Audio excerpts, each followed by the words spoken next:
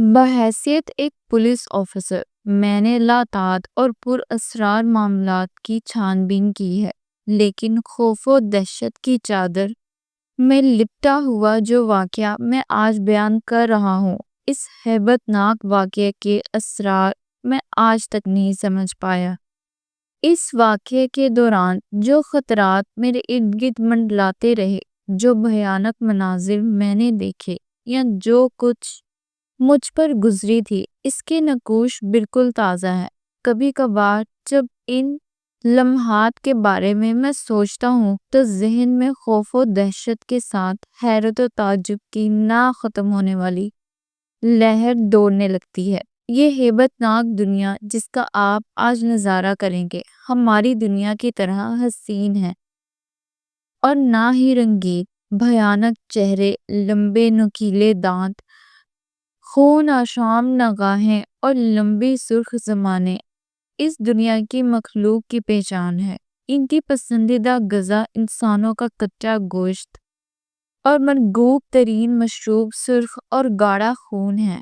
اس دنیا میں خوف و ہراس کی وہ فضا ہے جو آٹھوں پہر اس دنیا پر قائم رہتی ہے، کیونکہ یہ دنیا ماورائے دنیا کہلاتی ہے۔ مجھے سینٹرل آفس سے بہت عجلت میں یہ حکم دیا گیا کہ بحیثیت آفیسر آن اسپیشل ڈیوٹی فوراً ایک قصبے چند پور پہنچ کر اس آسیب زدہ صدیوں پرانی حویلی کے اسرار کو بے نقاب کرنے کی کوشش کریں، جس نے محکمے کے دو ذہین ترین پولیس آفیسرز کی جان لے لی ہے۔ بہت خوب، بھلا کوئی آسیب زدہ انسانوں کی جان سے کھیلے؟ میں نے خود کلامی کی۔ یہ واقعی بڑی عجیب سی بات تھی۔ کاش میں نے اس کیس کو لینے سے معذرت کر لی ہوتی۔ مجھے رہ رہ کر اپنے اندر ایک اضطراب سا محسوس ہونے لگا۔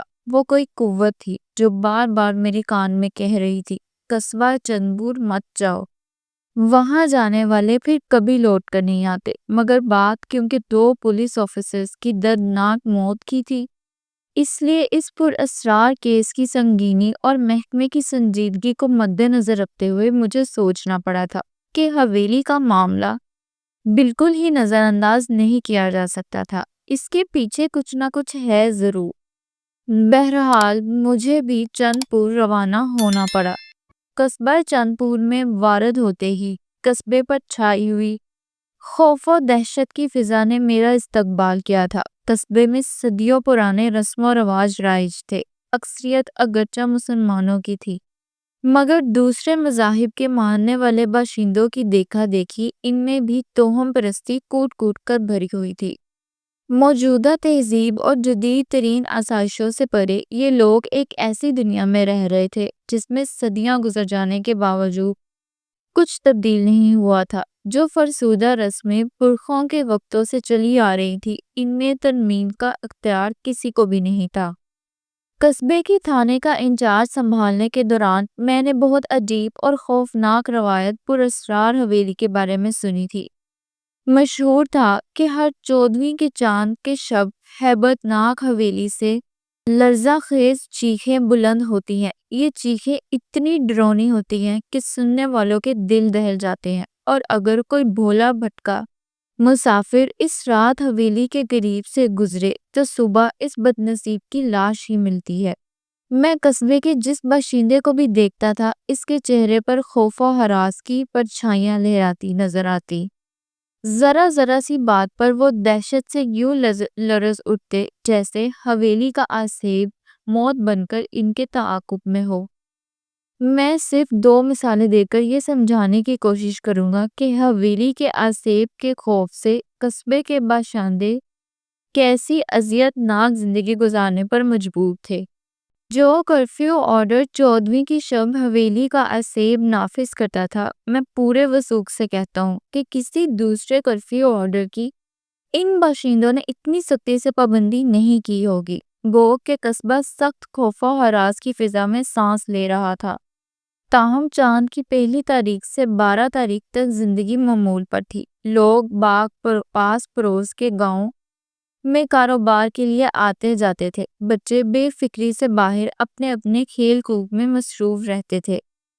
لیکن چاند کی 13 تاریخ کا سورج اپنا دن بھر کا سفر تمام کر کے جو ہی مغربی افق پر پہنچتا اور سائے لمبے ہونے لگتے تھے، قصبے کے باشندوں کے معمولات میں یکسر تبدیلیاں آ جاتی تھی۔ دوسرے گاؤں میں گئے لوگ انتہائی دہشت کے عالم میں تیز تیز قدموں سے اپنے گھروں کی جانب بھاگنا شروع کر دیتے تھے۔ عورتیں بے قراری سے باہر کھیلتے ہوئے اپنے بچوں کو گلے پھاڑ پھاڑ کر آوازیں دینے لگتی تھی۔ گرج مغرب سے پہلے پہلے قصبے کے ہر گھر کا بیرونی دروازہ مضبوطی سے بند کر لیا جاتا تھا۔ بعض دروازوں کے آگے بڑے بڑے پتھر اور وزنی صندوق بھی رکھ دیے جاتے تھے۔ پھر ایسے کمرے میں چلے جایا کرتے تھے جہاں خاموشی چھا جاتی تھی اور اس ڈر سے آواز بھی نہ نکالی جاتی تھی کہ کہیں بدرو آواز نکالنے پر ہی نہ جھپٹ پڑے۔ پر اسرار اور روح میں اترتی ہوئی خاموشی کا سلسلہ ساری رات جاری رہتا اور صبح کا سورج جب تک پوری طرح سے طلوع نہیں ہو جاتا تھا، قصبے کے ڈرے سہمے باشندے اپنے گھروں سے نکلنے کی جرات نہیں کرتے تھے۔ میری زندگی میں آنے والا یہ بہت صبر آموز موڑ تھا۔ سمجھ ہی نہیں آ رہا تھا کہ تفتیش کی گاڑی کو کیسے آگے بڑھاؤں، اور قدم اٹھانے سے پہلے میں اس کیس کے ہر پہلو پر غور کرنا چاہتا تھا۔ مجھے تو اس بات پر ہی شدید حیرت تھی کہ آسیر زدہ حویلی میں وہ کون سے اسرار پوشیدہ تھے کہ جن کو بے نقاب کرنے کی دھن میں پولیس کے 2 ذہین آفیسرز موت کے منہ میں چلے گئے تھے۔ وہ کیا راز تھا؟ ان بد نصیبوں کی اموات کے کیا اسباب تھے؟ وہ کن حالات میں موت سے ہمکنار ہوئے تھے؟ مجھے یہ ساری معلومات درکار تھی، تاہم ان معلومات کے حصول کا کوئی ذریعہ میرے پاس موجود نہیں تھا۔ لہٰذا ان آفیسرز کی اموات کو ذہن میں رکھتے ہوئے میں جلد بازی سے کام لے کر کوئی خطرہ یا پریشانی مول لینے کے حق میں نہیں تھا۔ اسی میں پڑوس کے گاؤں میں قتل کی واردات ہو گئی۔ میں نے جب حوالدار کو ساتھ لے جانا چاہا تو اس نے کانوں کو ہاتھ لگا کر، دراصل متاثرہ گاؤں اسی سڑک کے قریب واقع تھا جو حویلی کے سامنے سے گزرتی تھی۔ مجھے حیرت تھی کہ پولیس کے اعلیٰ تربیت یافتہ جوان دن کے وقت بھی حویلی کے قریب جانے سے خوف کھاتے تھے۔ چنانچہ میں اکیلا ہی گاؤں کی سمت روانہ ہو گیا تھا۔ میرا سارا دن ضابطے کی کارروائی میں گزرا۔ چنانچہ جب میں تھکا ہارا واپس تھانے کی جانب روانہ ہوا تو شام سر پر آ چکی تھی۔ میں نے گھڑی میں وقت دیکھا، 5 بجے تھے اور سورج غروب ہونے میں ابھی 2 گھنٹے باقی تھے۔ میری گاڑی اس وقت ٹھیک حویلی کے سامنے سے گزر رہی تھی جو تقریباً 1.5 فرلانگ دور خاموش کھڑی ہوئی تھی۔ کچھ سوچ کر میں نے گاڑی سڑک سے اتار کر ایک مناسب جگہ پر روک دی اور گاڑی سے باہر نکل کر حویلی کا جائزہ لینے لگا۔ وہاں ویرانی برس رہی تھی، مکمل سکوت اور ویرانی، جیسے پر اسرار حویلی میں زندگی کے آثار ہی نہ ہو۔ اچانک میری نگاہ قریب کی جھاڑی پر پڑی۔ میں نے قریب جا کر زمین کا جائزہ لینا شروع کیا۔ زمین پر اگی ہوئی گھاس جگہ جگہ سے کچلی ہوئی تھی، کہیں کہیں پر گھاس زمین سے اکھڑی ہوئی تھی، جو اس حقیقت کی جانب اشارہ کر رہی تھی کہ مرحوم مکیش اور بدرو میں بڑی زبردست اٹھا پٹک ہوئی تھی۔ حالانکہ مرحوم مکیش خود بھی 6 فٹ کا لمبا تگڑا انسان تھا، لیکن بدرو نے جس بے دردی سے اسے بے بس کر کے زندگی کی قید سے آزاد کیا تھا، اس سے مجھے بدرو کی بے پناہ طاقت کا اندازہ ہو رہا تھا۔ قصبے سے نکلنے والی یہ بڑی سڑک جو قصبے کو دوسرے گاؤں سے ملاتی تھی، حویلی کے سامنے سے گزرتی تھی اور سام کی طرح بل کھاتی ہوئی 2 پہاڑوں کے دامن میں پہنچ کر کھو جاتی تھی۔ بڑی سڑک سے ایک ذیلی سڑک کے آثار بھی موجود تھے جو حویلی کا بڑی سڑک سے رابطہ قائم کرنے کی غرض سے بنائی گئی ہے، تاہم زمین میں رفتہ رفتہ ہونے والی شکست اور جگہ جگہ اگ آنے والے جھاڑ سڑک کو بری طرح پامال کر رہے تھے۔ چنانچہ بڑی سڑک سے حویلی تک کا سفر کسی سواری کے بغیر اب صرف پیدل ہی طے کیا جا سکتا تھا۔ حویلی کی 4 دیواری بہت وسیع رقبہ گھیرے ہوئے تھی۔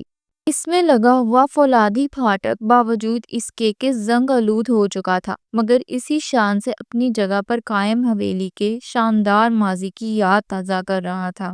میں نے پھاٹک سے اندر داخل ہو کر اجاڑ پڑے ہوئے باغ کا جائزہ لیا۔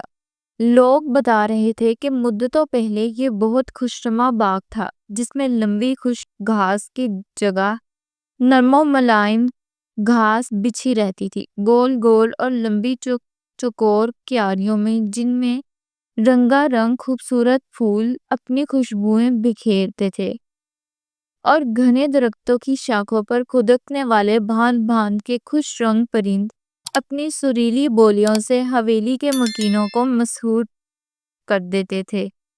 باغ کے وسط میں سنگ مرمر کا فوارہ بھی موجود تھا، جو کبھی انگوٹھی میں جڑے نگینے کی مانند لگتا ہوگا، مگر اب اپنے وجود پر گرد کی موٹی تہ لپیٹے اور درختوں سے ٹوٹنے والے سوکھے پتوں کا لبادہ اوڑھے ہوئے حسرت و یاس کی تصویر بنا کھڑا تھا۔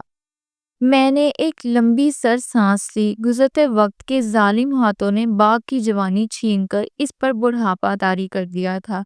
باغ کے اختتام پر ہی ایک بہت وسیع و عریض چبوترا بنا ہوا تھا، جس میں سنگ سرخ کی سیڑھیاں بنی ہوئی تھی، اور اس چبوترے پر ہی حویلی کی عمارت کھڑی کی گئی تھی۔ سیڑھیوں کے ذریعے چبوترے پر پہنچ کر مزید 50 قدم چل کر حویلی کے بلند دو بالا داخلی دروازے تک پہنچا جا سکتا تھا۔ میں نے دروازے کے قریب پہنچ کر حویلی کی بالائی منزل پر بنی ہوئی ان لاتعداد کھڑکیوں کا جائزہ لیا، جو حویلی کے آخری سرے تک بنی ہوئی تھی۔ البتہ دروازے کے عین اوپر بنی ہوئی کھڑکی ان تمام کھڑکیوں کے مقابلے میں کسی قدر بڑی تھی۔ یہ ساری کھڑکیاں بند پڑی تھی۔ میرے اندازے کے مطابق پر اسرار حویلی تقریباً 300 سال پرانی تھی۔ اس کے صدر دروازے کے ستون دو کنڈلی مارے سانپوں کے کنڈل میں پیوست تھے۔ جگہ جگہ سے اکھڑا ہوا پلاسٹر، کہیں کہیں پر جمی ہوئی کائی اور جھکے ہوئے ستونوں کے سبب یہ حویلی ڈوبتے ہوئے سورج کی زرد کرنوں سے مل کر عجب ڈراؤنا منظر پیش کر رہی تھی۔ تاہم میں حویلی پر برستی ہوئی وحشت ناک خاموشی سے متاثر ہوئے بغیر حویلی کے اندر داخل ہونے کا فیصلہ کر چکا تھا۔ یہاں تک پہنچ کر واپس لوٹ جانا میری کھوجی طبیعت کو گوارا نہ تھا۔ دراصل میری حالت بالکل اس پہلوان کی مانند ہو رہی تھی جو اکھاڑے میں اترنے کی تیاری کر رہا ہو۔ چنانچہ میں نے حویلی کے صدر دروازے پر ہاتھ کا دباؤ ڈالا۔ دروازے میں بھیانک چرچراہٹ پیدا ہوئی اور وہ اندر کی جانب کھلتا چلا گیا۔ میں نے اندر داخل ہو کر دروازہ بھیڑا اور پلٹ کر اندرونی ماحول پر نظر دوڑائی۔ میری نظروں کے سامنے گول دائرے میں بنا ہوا بہت وسیع ہال تھا۔ ہال میں ایک ترتیب سے بنے ہوئے کمروں کے دروازوں پر پڑے ہوئے ریشمی پردے ہواؤں کے دوش پر لہرا رہے تھے۔ ہال کی دیواروں پر کہیں کہیں پورٹریٹ آویزاں تھے، جو میرے خیال کے مطابق ان خاندانی بزرگوں کے رہے ہوں گے، جن کے رعب و دبدبے سے حویلی کے در و دیوار گونجتے رہا کرتے تھے، مگر اب قصہ پارینہ بن کر منو مٹی تلے جا سوئے تھے۔ ہال میں رکھا ہوا فرنیچر گرد آلود تھا، مگر اس کی سجاوٹ مکینوں کی اعلیٰ ذوق کی آئینہ دار تھی۔ میری تجسس نگاہیں اب اس زینے پر پہنچ کر رک گئی، جو وسط ہال سے بلند ہوتا ہوا بالائی منزل پر بنی راہداری کے سامنے پہنچ کر اختتام پذیر ہوا تھا۔ میری نظریں کچھ لمحوں تک راہداری پر ٹکی رہیں۔ اچانک میری نظریں راہداری سے ہٹی اور آہستہ آہستہ زینے کی سیڑھیاں طے کرتی ہوئی ہال کے فرش پر پہنچ کر رک گئی۔ مجھے حیرت کا شدید دھچکا لگا اور میری نگاہیں فرش پر جم کر رہ گئیں۔ حویلی خالی نہیں تھی۔ گرد آلود فرش پر بنے ہوئے قدموں کے تازہ نشان حویلی میں کسی ذی روح کی موجودگی کا پتہ دے رہے تھے۔